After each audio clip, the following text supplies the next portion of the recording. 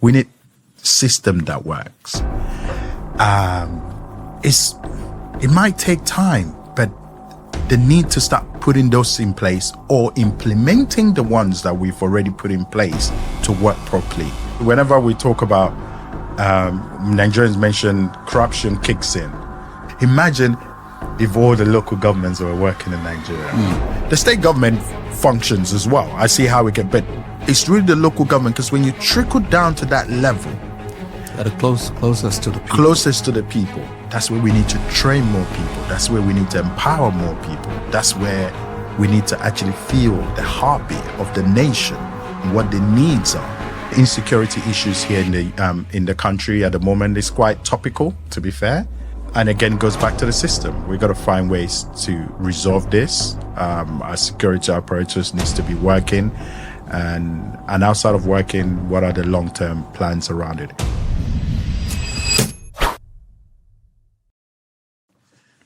Mayor Jason Jackson, fine pleasure to be in your midst, to be in your presence. How are you doing? I'm doing good. Thank you so much. It's such an honor to step into this institution and see what happens here, but even more to be part of this conversation. So, yeah. So I just want to say, go out there to say,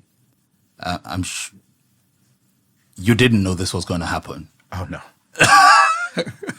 Even I didn't know. Yeah. to be fair. Yes. And again, it's I'm blown away. You need a certain level of humility to be literally called the way you were, to say, you are in Nigeria, you've got to honor us. You've got to come to our studio, and to be able to sit down and just have a conversation. That's a fantastic testament to the kind of guy you are. And it's no surprise that you've reached the heights you've reached, which I suspect are only just the next stepping stone to much, much bigger things. Such a pleasure to have you in the studio. Again, thank you. I think when I sort of had I think it's less than 24 hours really, about, would you want to do this? To be fair, it came from a young man, which to me, that, I buy into our youths. And so already I was like, you know what, why not? I'll come along. But being here, it just feels like, yeah, maybe that's actually where I was supposed to be anyway. So like you said, it's very spontaneous. But whenever it comes to anything to do with home or conversation like this with my people, it does, one has to take it with a lot more open-hearted, and not everything needs to be scripted. Yeah. That young man is Emmanuel Onwuka, my producer, who's a great guy. And I remember when he first told me that we'll be hosting the mayor of Islington. I was like, oh, that's nice. I wasn't thinking of the podcast. So I was like, okay, so are we going to show him around? And yes, we're going to show him around and all of that. And then he said, and you're going to have this podcast.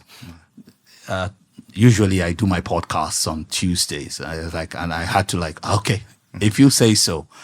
So I really want to thank you for supporting him the way you've always supported young people.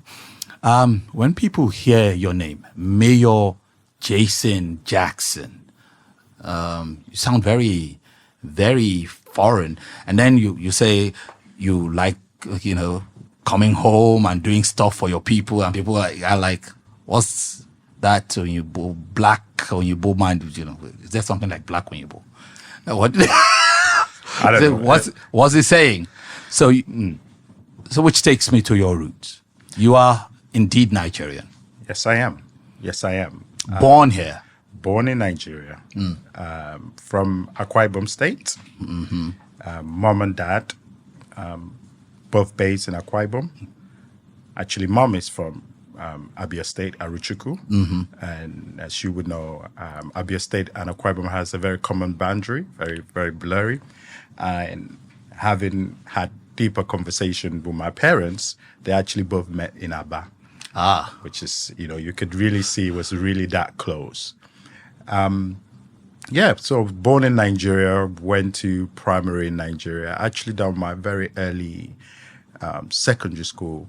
I went to a famous Hofako, Holy Family College. I done a boarding, had a spell of doing in a boarding school, which probably would make sense.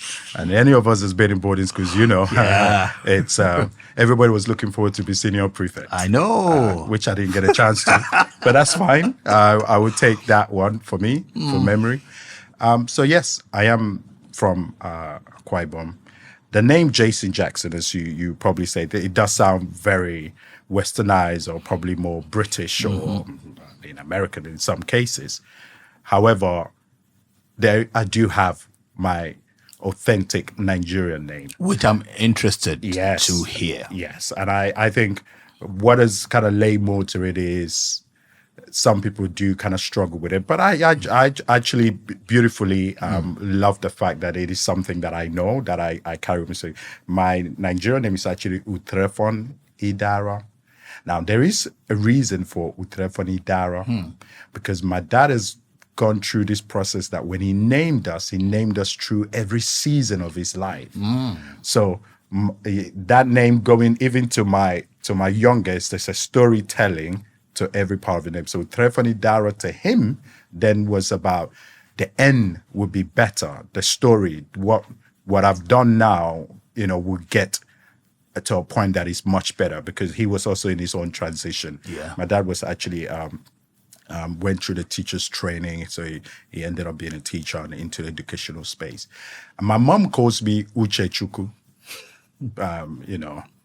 belong to God, and obviously, and short form of that is Uche. So even till now, out of everyone calling me everything, she was still referred to me as Uche. So there's been a bit of that. Jason Jackson was a lot more, I think at a much earlier point, arriving in the UK, I think there was a lot more people not calling or saying what that true meaning, because I knew what that name meant. So but that name felt like it has been kind of not being pronounced properly. I still see it. Because I was, just running a search for you. I still see some documents that still has it as you Jason Uterefon, Jackson, which is kind of like cool. Yeah.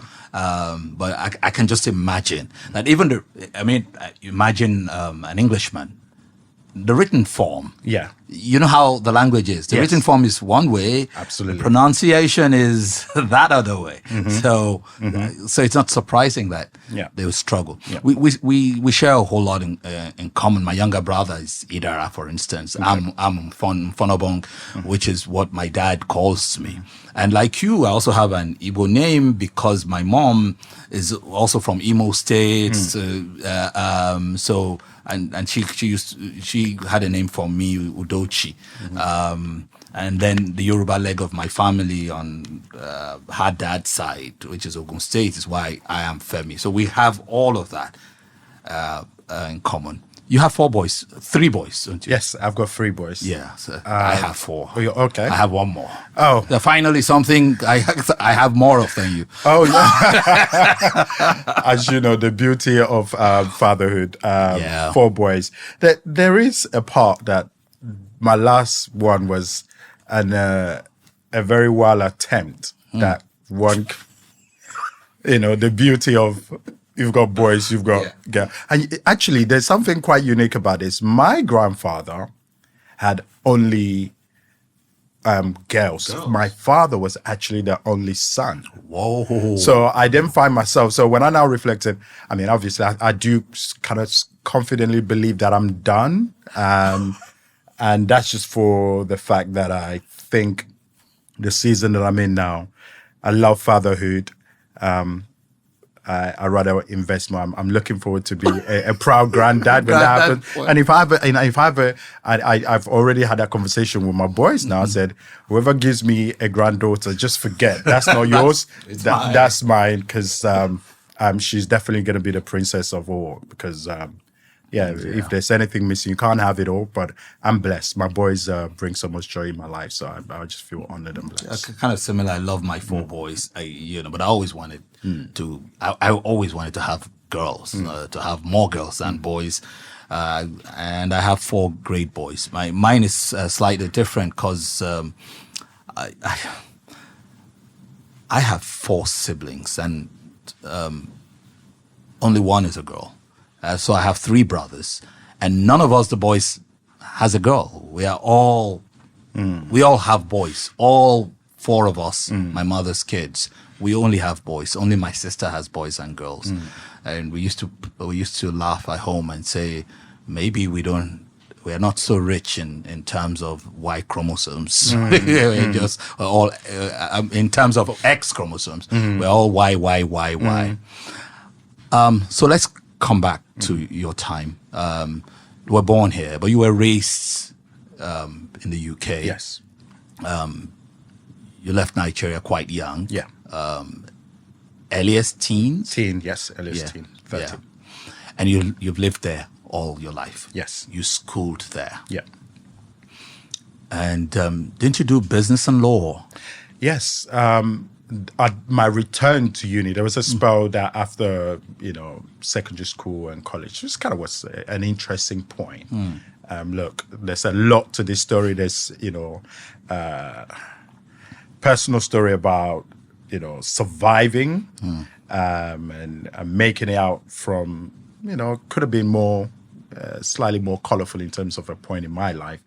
But on return to uni, I studied business law and media studies. Okay. At London Met. I actually just went back to university, to do my master's. Yeah. And this was like about 2 years ago. I just felt like I wanted to, and they're eager to learn. So I went back and done a master on big data and cultural side, which was really around just understanding the world of AI and a little bit more around, And you've become a bit of an AI enthusiast. Oh, absolutely. I mean, in terms of the politics, especially for politicians, the world is moving so fast.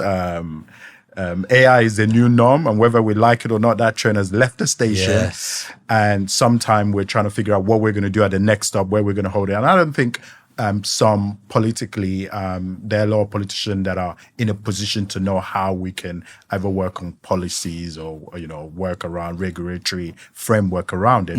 So, and at the point that whenever you had a scrutiny, you had a lot of people having conversation, and whenever you talk about what can we do, how do we resolve this issue, AI was the big conversation. Oh, they will use AI. So to me, it was more interesting or more intriguing to go and learn. Express my passion in it, and then maybe come back and try and find a way we can shape some of that, and from both the political angle, maybe from a personal level, and even more so for our community, the Black community, the African community. We don't really want other people detecting what is going to be happening to us. So there is a bit of, like you said, a really deep passion about what that looks like, what that world looks like. So yeah, so I loved it. Doing my master's was different from my degree, because this time it was just pure love, not just trying to make my dad happy with a degree. Fantastic. Yeah. And you've been a bit of an advocate for change. There was a time you had rallied to ensure your university didn't close down at a very bad time. Tell me about that experience. Yes. So when I went to uni, because the uni was actually in Islington and it was quite local. And by the time I accessed, the uni was going through restructuring. London Met then. It was going through sort of restructuring. And part of that restructuring was letting go of staff and selling some buildings, closing some courses. And the staff workforce was always quite vocal. I would say it's always been a unit that was quite, social justice was a big thing. And when I got then, I became part of the student union, right, from my very first year of uni. There are other personal reasons to why I got involved in the union, but hey, it led to a point that I got involved in a lot more campaign. There was increases student fees, which is a big campaign issue, and then there was one big topic that happened where London Met was going to lose its international license to have international students, and a lot of the students there were all my friends. In fact, a lot of the international, we had a lot that were from Nigeria. So I had a close bond. This was, you're about to say, my friends are not going to be here for, I think, what was her name? Theresa May. I'm not going to say what we used to call her, but yeah, she was part of those that made that decision. They actually revoked the license. So it became something that we had to fight for. I meant a lot of campaigning, lobbying. We actually challenged it in the court, and we won. So it was in terms of being active in that space, and it was actually quite good knowing, because I could just picture some of my friends that were actually crying because of it. So yeah, it was an interesting time. Student politics was fun. Can imagine. I can just imagine. So, as you grew up as a young kid who already was to a certain degree how self-aware is a 13-year-old? Yeah, some basic awareness, used to Nigeria, the language, the people, the food, and then you moved to the UK. Was it always Islington? Was that where you first lived when you went to the UK? No, it wasn't just Islington. In fact, on arrival, at that point, when at the point that I stayed in the UK, I actually landed in Manchester. Okay. And there was, like I said, my going to UK was part of my parents' way of saying better life, same narrative. Japa, now we call it here, but then I think it was a lot about, you're going to stay with some family, extended family members. Nigerian, everybody's an auntie and uncle. So that was the plan, that I go to Manchester. But what happened with that plan, it didn't go just exactly as I think my parents had a good intention. So from Manchester, I then ended up in Hackney. Again, another auntie and uncle sort of stepping in. So I stayed in Hackney for a spell of time, in fact, finishing my secondary school. And then from Hackney, a little bit of moving up and down, then got back to Islington, which is where I base. Inside what I've just told you is a lot of missing part of that story. That might be, we might need several podcasts for it to be unraveled. But was there a point as you were growing, like a pivotal moment that you could look at, that this was my point of no return? This was the point where I was like, okay, my life is shifting in this direction and this is where I want to go. Was there a eureka moment or just a moment of awareness as a young kid growing up in the UK and chasing life, trying to be as educated as you could, where you're like, okay, I get it now. This is where I want to be. This is where I want to go. I mean, at the point of from Manchester to Hackney and life happening between, I already felt like I had to survive. Yeah. So it wasn't no more a fairy tale story. It was more of, what are you built of? What are you made of? There was a bit more, I've got to prove that I can make it. And now I'm going back to personal, in terms of early childhood, that expectation. Going to the UK came with a little bit more like, okay, you've got to go and get it right. Remember, I've got my siblings now, my younger siblings. So at the point that it felt like hard life kicked in, it just immediately, some other part of me also kicked in, which was, you've got to make it. You've got to survive. And I think that's what Nigeria does to you, even from an early stage. The I don't give up, the resilience. Toughens you up. Absolutely. Not always by choice, but the fact that you're not coming back, hands in the head, sorry, I couldn't make it. And that's always probably been why you go into the street of Lagos, you still see people, bustling and doing the most. They could have returned back to wherever, but everybody believed you can't give up. So to me, it was at that point, it was when life really happened that I just shifted gear. And that meant I had to be a lot more focused, was quite entrepreneurial in terms of how I approached life. And even more so when my first son was born was pretty much it, because I owed to myself that whatever happened or some part of my story that I didn't feel too comfortable with, my son would not have to experience that. So again, that was even more of a drive for me. And when I got into the union politics, I now found a way of being part of the conversation. And so, yeah, it's sort of every day is unveiling. Sitting here today talking to you might be unveiling a whole new experience. But one thing about me is I don't believe in giving up. You keep fighting, but whatever you do, you've got to make an impact. And that is something that I take with me in every decision and everything that I do. And God's willing, I would do that till I die. Happy to hear that.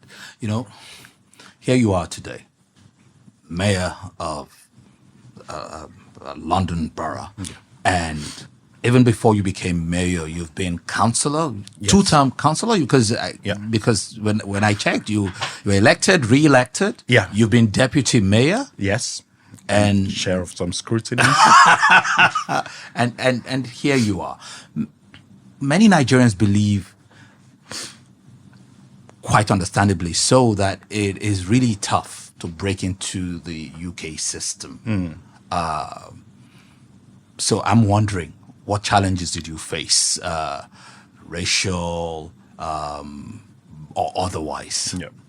Oh, it wasn't easy. And I think I've got to kind of put that on record. The process to where it is today wasn't easy. To navigate this space also mean having to actually study what space that you find yourself in. I mean, like you said, being able to being re-elected as a councillor, I actually got in through a by-election. The system works in some format because we have the party of my choice had their own party membership process. I was campaigning. I was doing all the groundwork. I was door knocking at almost every election and almost every other process. I was part of the party system itself. And at the point of stepping up at the by-election, it was almost the work that I've already put in the structure that exists, in the meetings, not missing a meeting, putting motions through, being part of the debate, finding ways to kind of shape the national conversation, because the structure that exists in the UK, if you're a member of a party, we put a motion in, from the motion, it goes to the central point, from the central, it goes to the national. This is a process. I knew that, and I was involved in that conversation. Now, like you said, the challenges of it was there was not always enough of us in the room. In fact, I realized from a very early point, from the student union politics, the power of having the right people in the room. When I became union president, it meant I became part of a board of the university governors. And I knew in the room, I was representing the voice of all students. But I felt like if there was more of us actually in the room, we could have actually, shaped a little bit of it. And decisions are always made in small rooms. That's true. So when I got involved in the local politics, immediately I knew that I had to stay focused, try and organize a little bit. And at that point, Islington had no black male representation in a borough that was quite diverse. So immediately I set a task for myself. I will become a councillor because I want to bring representation in. So the challenges of that is a lot of the time it's not because they're necessarily a racist view. Some might have it. A lot of the time is a savior mentality where some people are like, oh, don't worry. We understand your struggle. We can speak for you. We've got you on this topic. But I'm like, no. We can speak for ourselves. Just give us a seat on the table. And that was a narrative that I kept pushing at every single time. And that's when it came to my point to become a councillor, it was pretty much inevitable that I will be, and then I carried on, and I carry on serving in different roles. But I'm happy to touch more on that later. Yeah. I mean, Islington is no Peckham, but it does have quite a an African Nigerian presence. Yeah. Right. You just touched on something that I'm interested in. I know you interact with Nigerians there. What's your take? Do you feel that Africans, Nigerians, do they tend to struggle from your experience? Do they feel, what it used to be back in the day where those of our forebears who made that trip, they were pretty much invisible, right? Do you still see some of that now? Or is it much, much, much better? UK is hard. And I put that as a public message to every person that probably wants to japa or do it. It is not easy. You've got to work hard. Yes, there are institutions in place. Yes, there are systems in place that works. So I guess if you just work hard, you'll be fine. But the system is also quite, some people would think, oh, you come to the UK, there's money growing it. You would work and you would pay your tax. It's demanding and tasking. But the beauty of it is, and which I think probably still drives a lot of people that wants to come to the UK, which I'm not saying you shouldn't, is you can get on a train. You can jump on a bus. You can have your steady electricity. These things works. But NEPA will still happen to you only in your own house if you don't pay your bills. and that means you've got to work. Do you see my point? So there are still people that are struggling. Yeah. And some of it is just because they were just expecting it's going to be quite, and obviously the beauty of it is that we get to see the picture of the UK that is pretty much what you do here in the house is shiny, the Buckingham Palace and, everything else.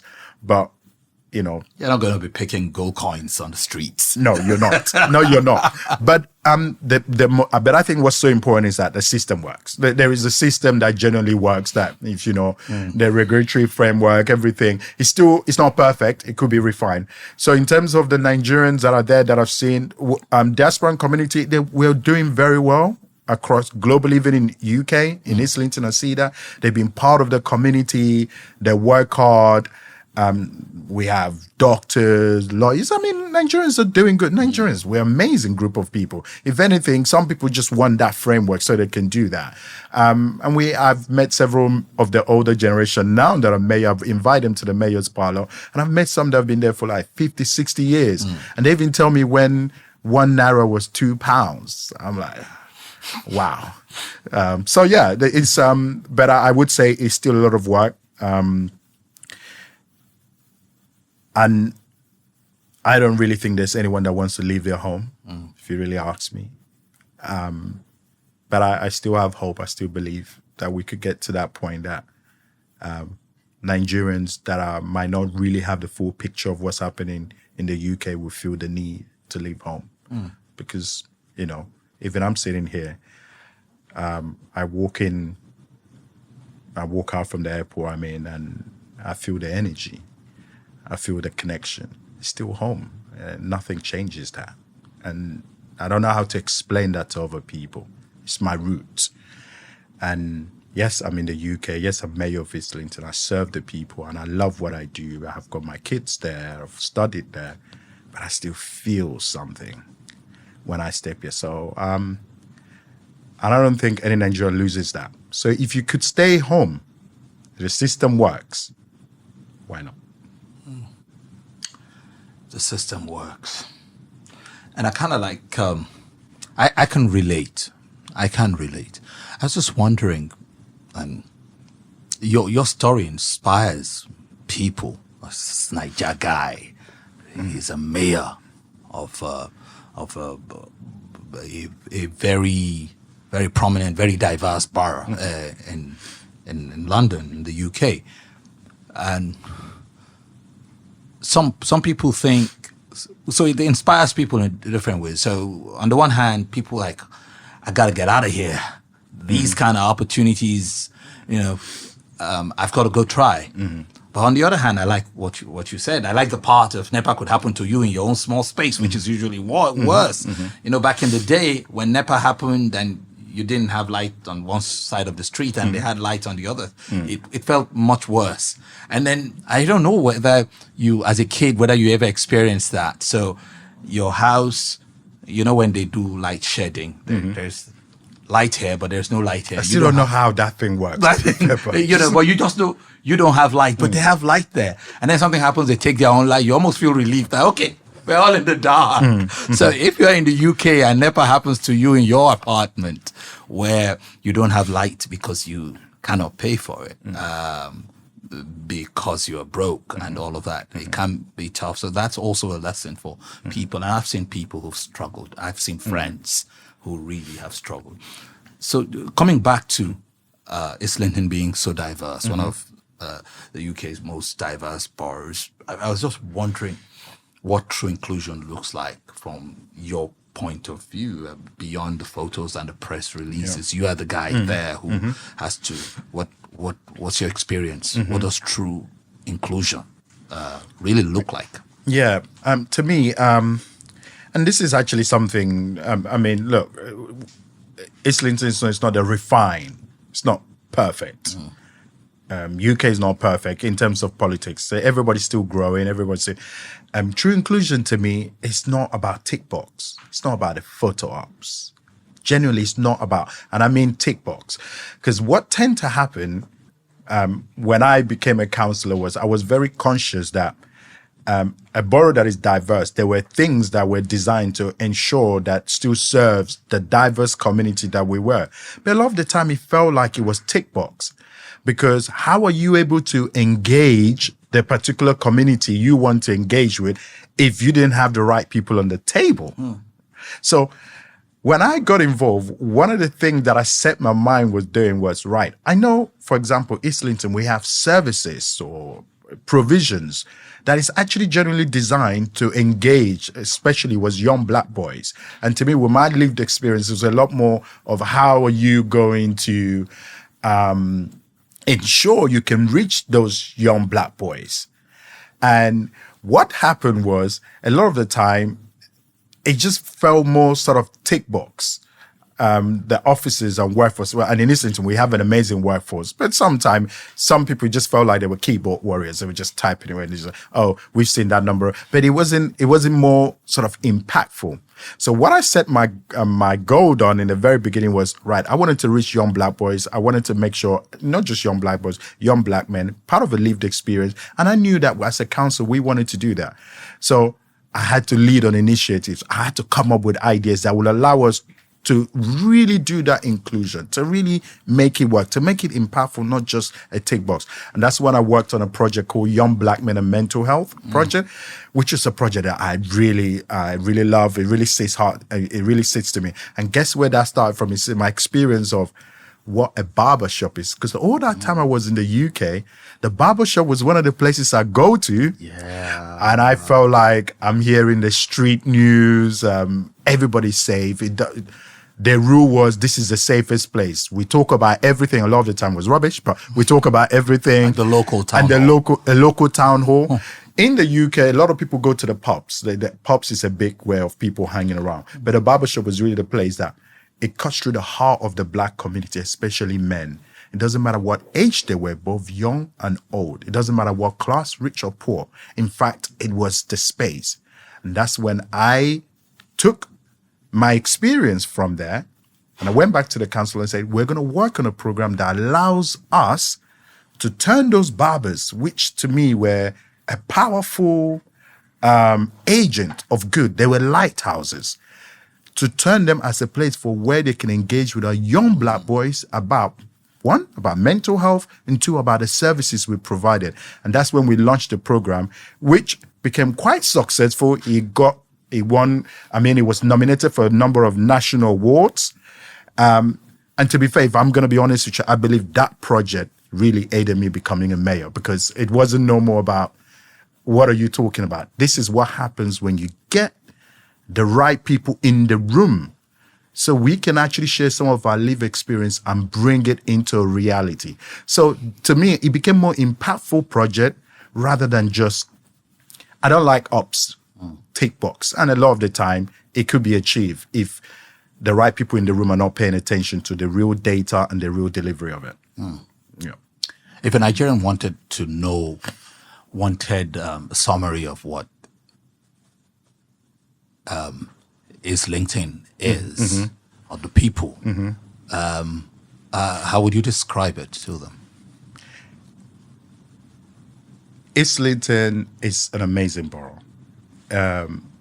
From a mayor point of view, I get a 360 view of the borough, because I get to go to a lot of activities. In fact, as first citizen, I get to go to almost all activities and events. And the borough itself is a borough that have a community that works. People turning up for each other when no one is watching, where people are volunteering, and is diverse.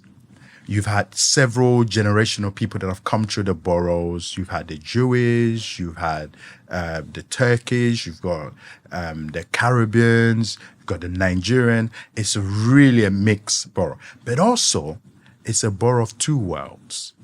They're very affluent, very rich, and also people that are really on the poverty line. But both living together.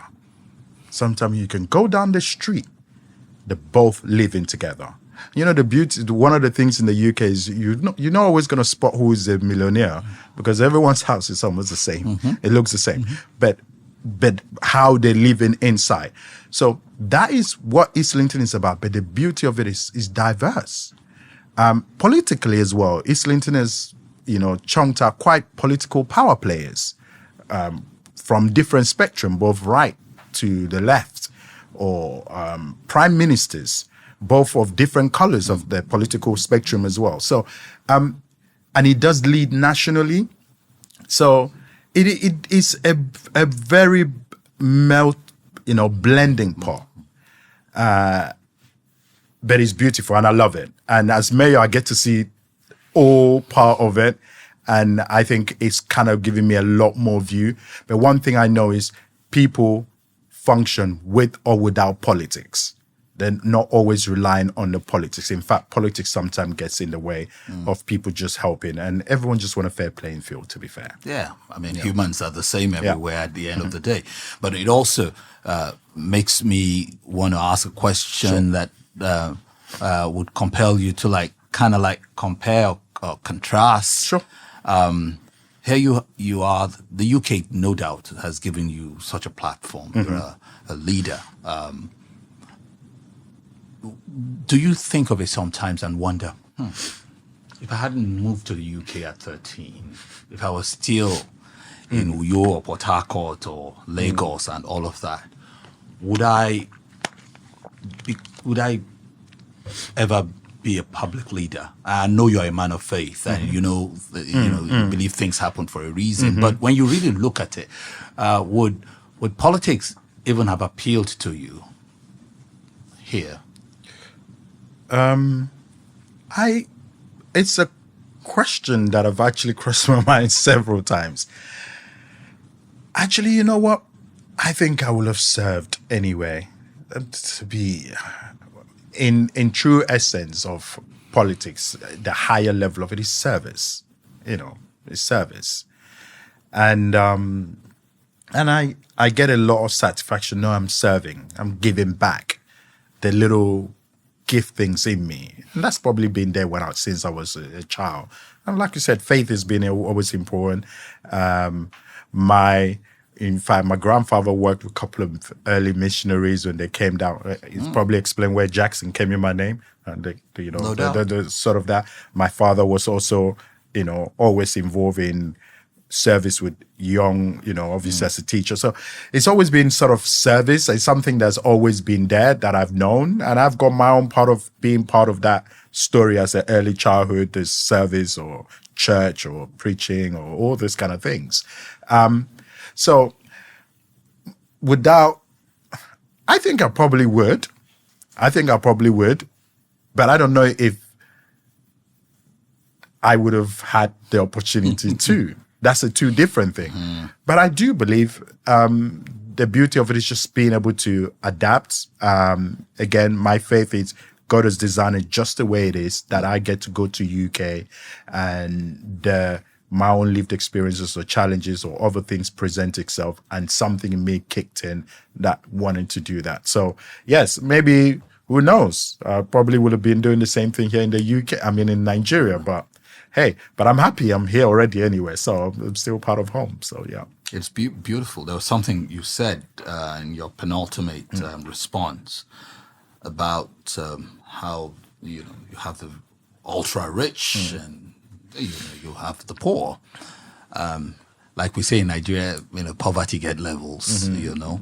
But at the same time too, I was just wondering, Islington in one of the wealthiest cities in the world, and you have powerful people, rich and almighty, and you still see the poor there. And you touched on it. I just wanted to push you a little bit now. What's the hardest truth that you've learned about inequality in a place like the UK?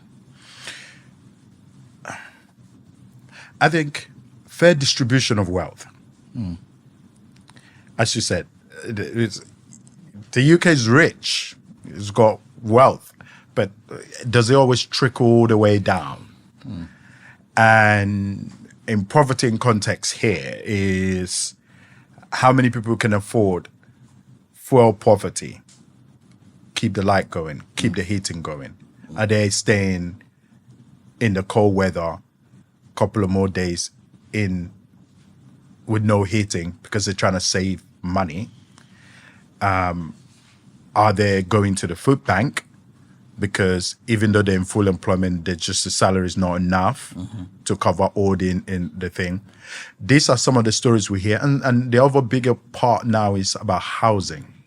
In Islington, for example, some people can't afford to buy their home because they've probably been priced out.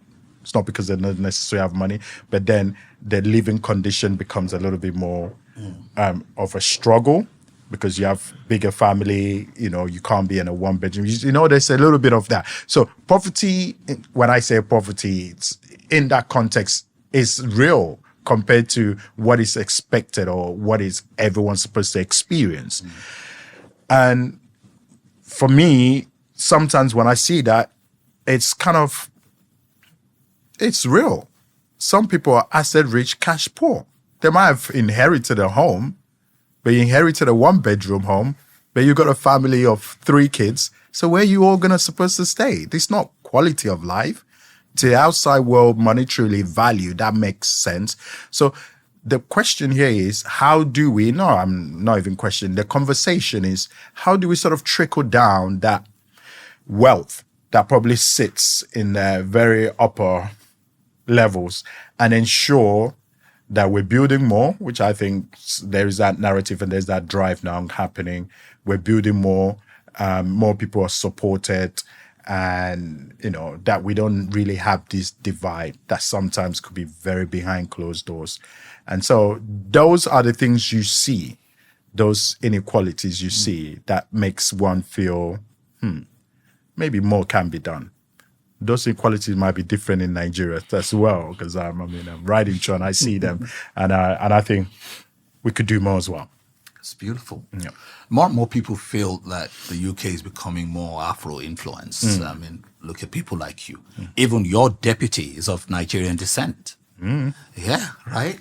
Which is a big deal, which is a big, I don't know how to say it. They let the Nigerians in the house. Yes, fantastic. Yeah. And look, I wonder what you think, though. Do you think that the UK is ready for, say, a prime minister of, say, foreign descent, Nigerian descent? Look, UK politics, the aspiration for many is, UK politics is a reflection of the wider society. And I think that's where it's heading anyway. Obviously, there are people that are working on. Actually, I think yes, but at the same time, it's not going to be an easy. The question would be, do that person that gets in, does it truly hold those value, those what we would say, oh, that is a black or that is a Nigerian? Do they feel well connected enough that that person is carrying those views or not? But I think, yes, I think it could happen. If it is just by the merit, if it is just by the content of the person or what they stand for, it's no point having someone that goes in there and we're feeling like, who is this one? So in a way, yes, I think it's possible. I think it's possible. And look, I'm mayor, right? So anything else could happen for anyone else aspiration. But what I do believe is that those are in that space, keep working, keep pushing, keep believing, smash the glass ceiling at every single opportunity that is given to you. Don't pay attention to the noise. And I like to say this because it's something I always try and put out. When you're trying to smash this glass ceiling, there's always going to be cobwebs around, spiders running around. Those are those people are questioning who you are, making you think, oh, you should lower your expectation. I say smash the ceiling, everything comes down. Fantastic. Yeah. You know, a Rishi Sunak wouldn't have happened a decade and a half ago. Yeah. But that has, so, by the way, you are Labour Party, right? Well, as a mayor, I'm non-political, but I started from a Labour Party. Yes, okay, yeah. And the Conservative Party has got a Nigerian or someone of Nigerian descent as their leader. I wonder whether you've ever had a personal up-close interaction with Kemi Badenoch. I'm aware of who Kemi is. She's been in the news. But look, each to their own and their politics. Outside of the political space, I think whenever someone black or someone Nigerian is doing well, I always support, and that's like my person, kind of a thing. But however, sometimes some politics I might not necessarily agree with, and some narratives I won't share with. And that's personally just because, I mean, and I know you're trying to get me to say, but look, let's be real. Let's be real. For me, I'm born Nigerian. I'm proud of my roots. My Nigerian roots is what has molded me to not give up, to keep pushing, to keep going. I'm also a mayor of Islington. I serve the people of Islington, but I'm not going to compromise or give up on my root just to justify and make other people feel comfortable. So that I disagree with some narrative that I've seen. I've not really had any conversation with her, and I hope that sometimes she's being misquoted rather than some of the stuff I've heard being true. So I'm proud of my roots, but I'm also really honored to serve the people of Islington, which is my home. So yeah, that's probably where it is. But outside of that, we all have something in us that drives us, even if in oppositions. Yeah, I can see. I mean, two people of the same, and rising profiles, and yet the contrasts is quite clear. You speak loftily about this place, maybe so. I mean, we are having our conversation. I don't want to make it about the other person. And so, fair enough. What stereotypes about Nigeria have you had to contend with as a man of Nigerian descent in the UK, and also being a leader, being a community leader, and all of that? I think they're quite obvious. One, let me put the negative away because it's positive for well. It's corruption. Everyone talks, whenever we talk about Nigerians mention corruption kicks in. The famous code which came from whatever numbers becomes the 4, 1, 10, 8 or whatever, without 9 or whatever they want to call it, becomes a thing. And that's because it's really been in the media. It's been sort of been out there. But you know what? Most of the frauds is actually happening. It's being led by other nationalities. And I'm not going to be joining them to help them name themselves. So that is something that is a thing that is sort of a taboo that, I would say a taboo thing that people associate Nigerian with. But hey, they love our music. Every Nigerian is supposed to be, well, we're quite flamboyant anyway. So we are, we are who we are. They love our culture. They love our food. Now is a really thing there. They also love our energy. And one thing they know for sure is we work hard. Mm-hmm. Wherever we go, we're trying to take over, right? And nobody can take that away. And no one can take that away. Sometimes that might come across as being intimidating. But outside of the quite obvious ones, which might take a generation to change, or we might just need to refine and rebuild our systems here to kind of say that's not the case. And also what you do here has a role to play as well to kind of shape some of that narrative. I'm not saying they're not there's no element of truth to it, but I don't think we're even that worse compared to other places if we're really going to use data and stacks to actually answer those questions. So those are the stuff I've kind of had to deal with. And sometimes that angry black man thing. Sometimes I speak with passion. I express myself boldly. I'm not intimidated. I'm not sit down in the corner and fold just to make them feel comfortable. That might come across as, but you know what? It is what it is. Your pride in your roots is clear for, it resonates. Was there any time you felt the pressure to tone down your Nigerianness just a little bit? Oh, yes. Every day. Every day. But it's not going to happen. It's not going to happen. Every day it happens.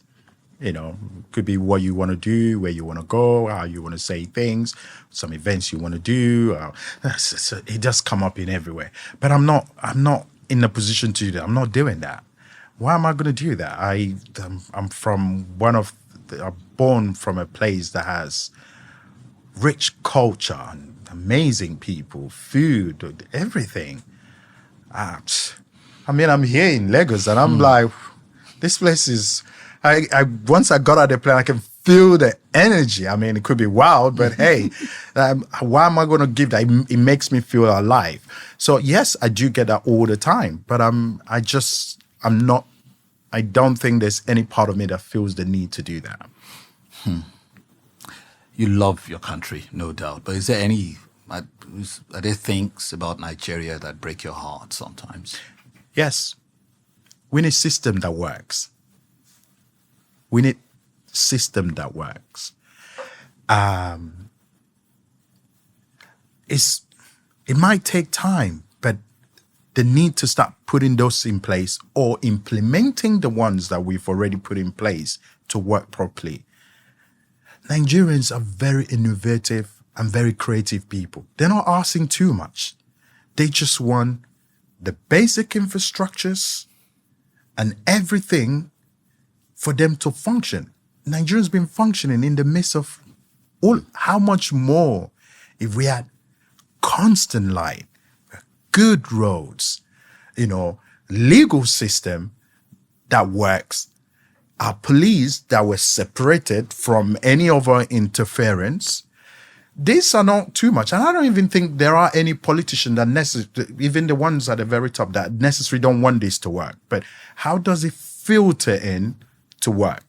So that makes me sad that our country rich with all the natural resources, population number so high, our youth population is high, our birth rate is going. In fact, in terms of numbers, the Western world in some places will not be able to challenge us.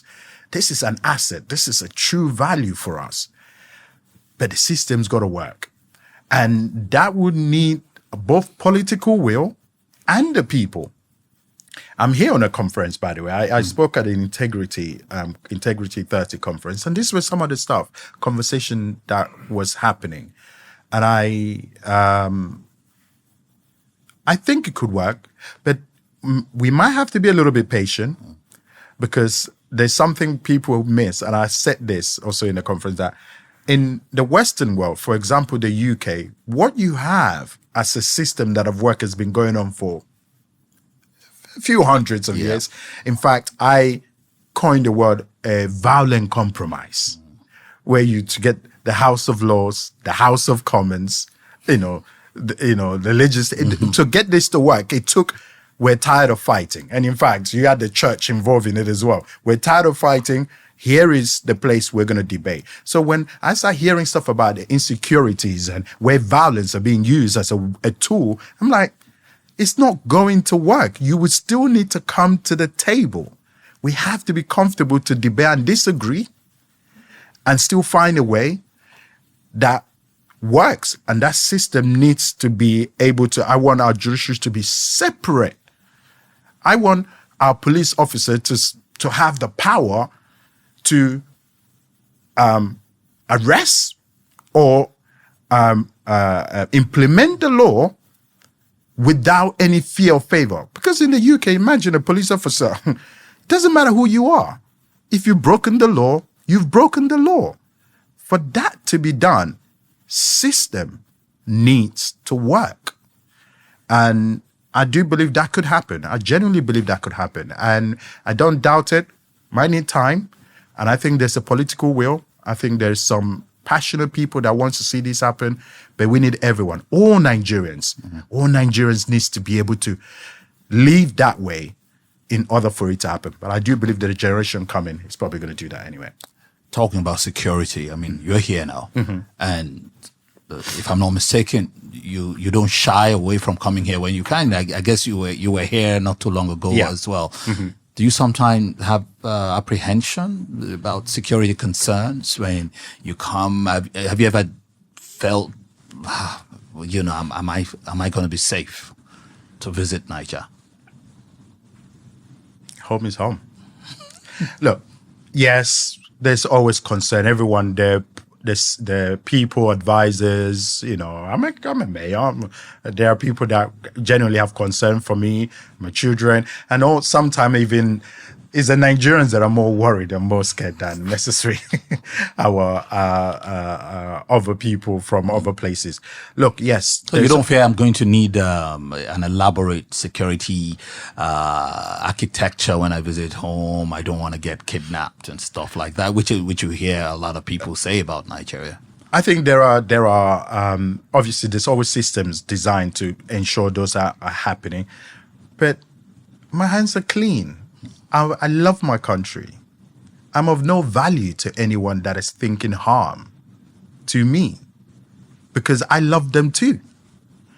And I think, yes, there are people that want to use this to kind of divide us, and it's not really it's not of importance to see that being what is the case. Naturally, look, even if I have the fear, I'm not going to stay away from home because of that. And yes, the insecurity issues here in the country at the moment is quite topical, to be fair. And again, it goes back to the system. We've got to find ways to resolve this. Our security apparatus needs to be working. And outside of working, what are the long-term plans around it? We don't need any necessary foreign interference to deal with Nigerian problem. But I think some people might think that is the way out.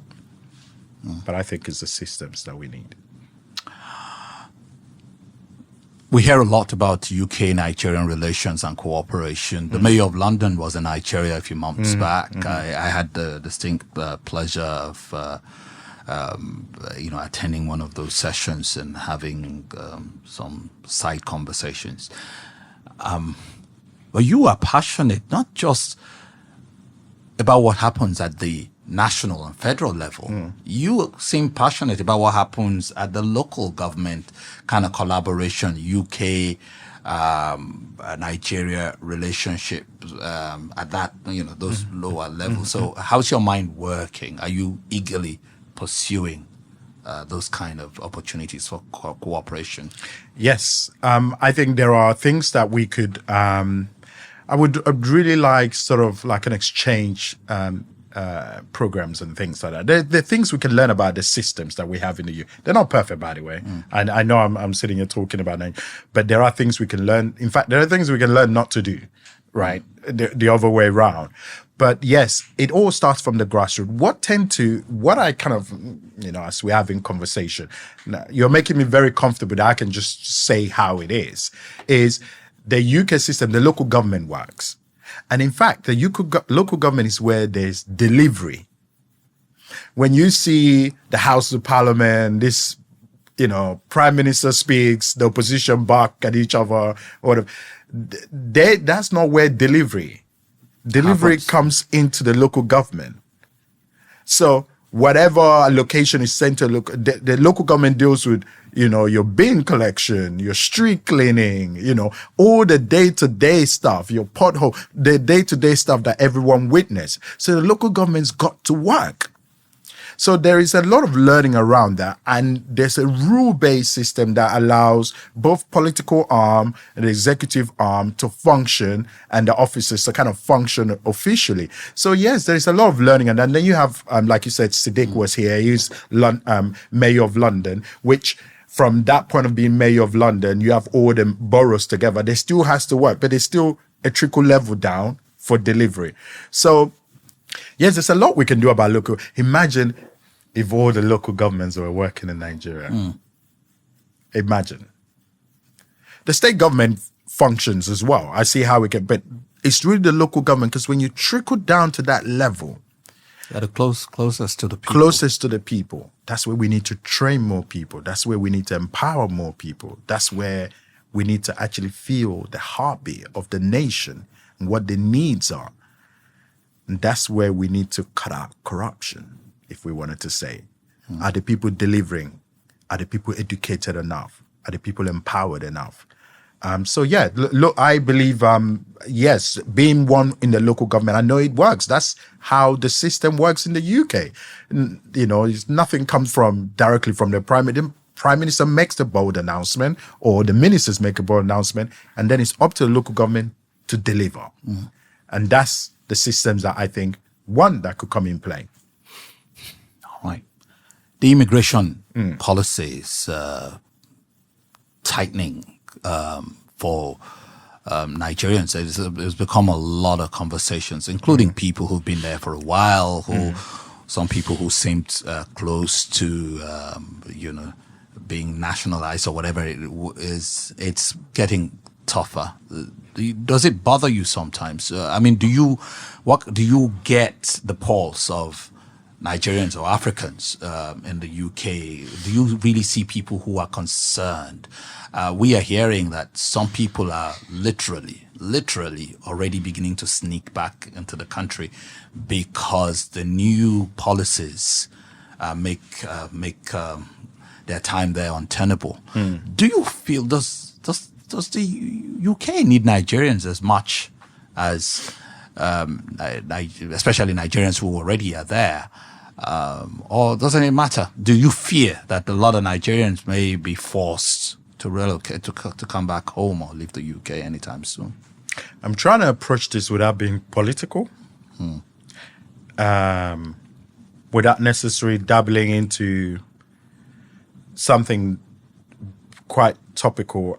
I have my personal opinion. I think there is a little bit about a reactive approach to an issue in the UK rather than a strategic long-term plan around it. And Nigerians, Ghanaians, Kenyans, they're just a slide of a victim to that reactive.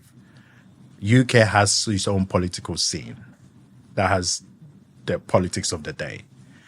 And some of that could be quite reactive. I don't think it's quite popular, even with some political people.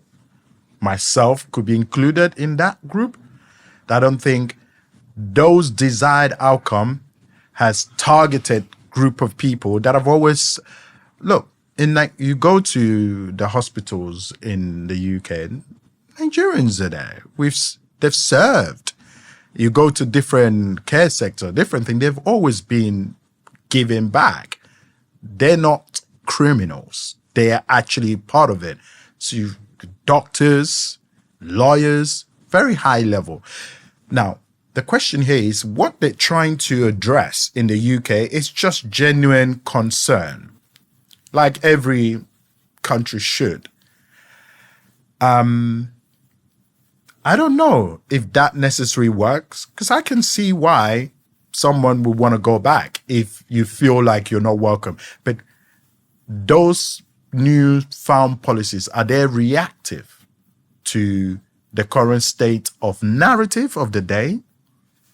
Are they just political positioning, or have they been thought through? Only time will tell. Hence why it's very modern. But I, without speaking as a councillor or as a mayor, as a person born from Nigeria, I would say, I don't know. I don't think it would work because, look, it's very reactive. There's no data back, and if the question is go back home, which is sometime what I'm sure comes out, if everybody leaves, then it's a problem. So I don't think, maybe what we need to really be thinking about is making sure that those that are there that probably don't feel they have to leave benefit from the true wealth of the country. Fair enough. I have less than a minute, but I just wanted to ask you again, which is on the issue of security, what your personal impressions are about Trump's touted potential intervention in the security situation of Nigeria. What do you think? Do you support it? Some, quite a number are excited about it, but there are others who are like, no, maybe it's such a bad idea. What do you think?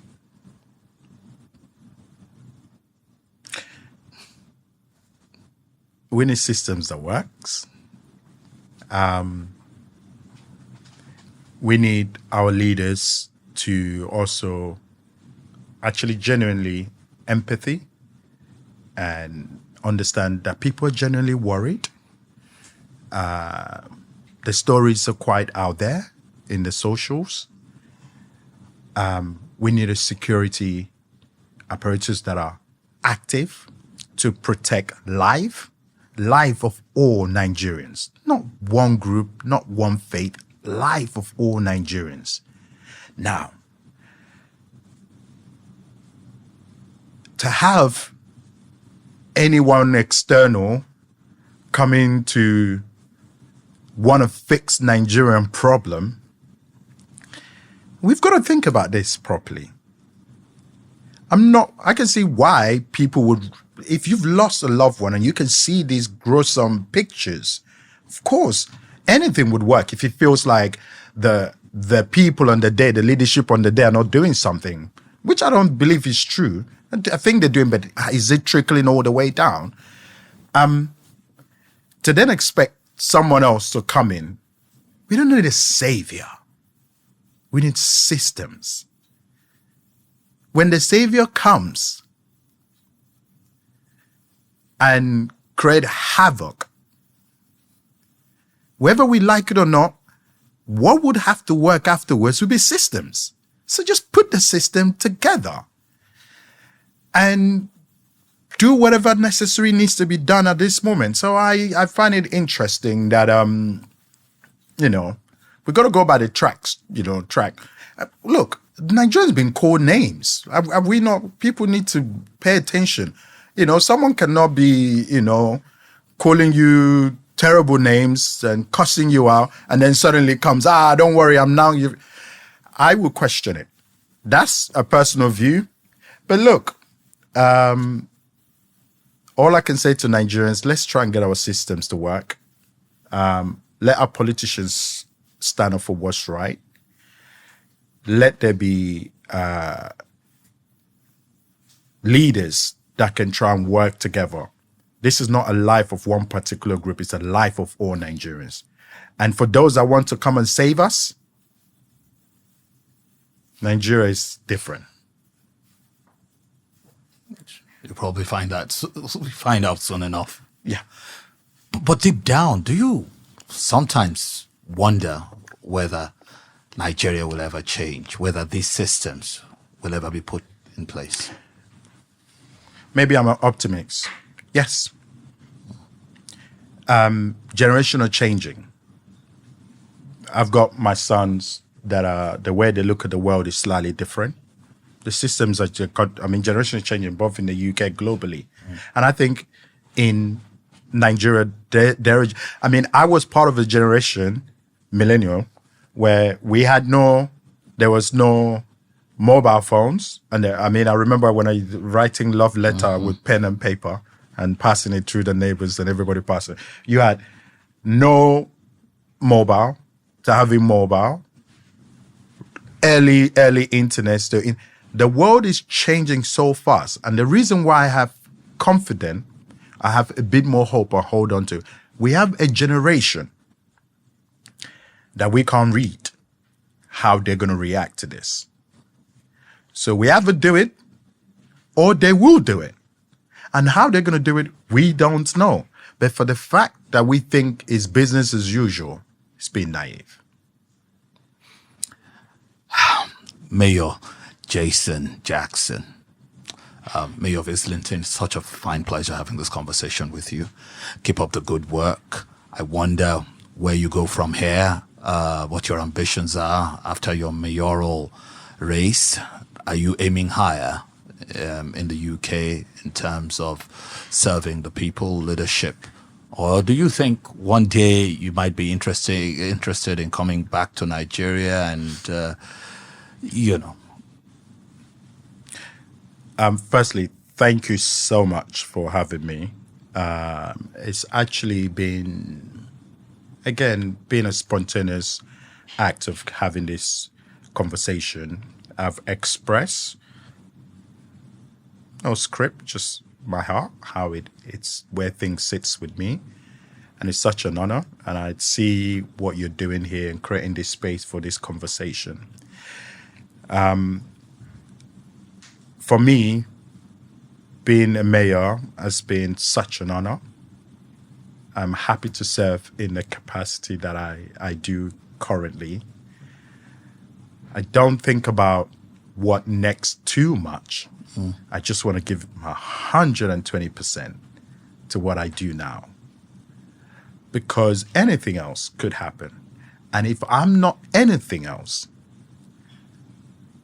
I feel still that I've been such a blessing and an honor to be able to serve in the capacity. So I already feel blessed to be able to do what I do.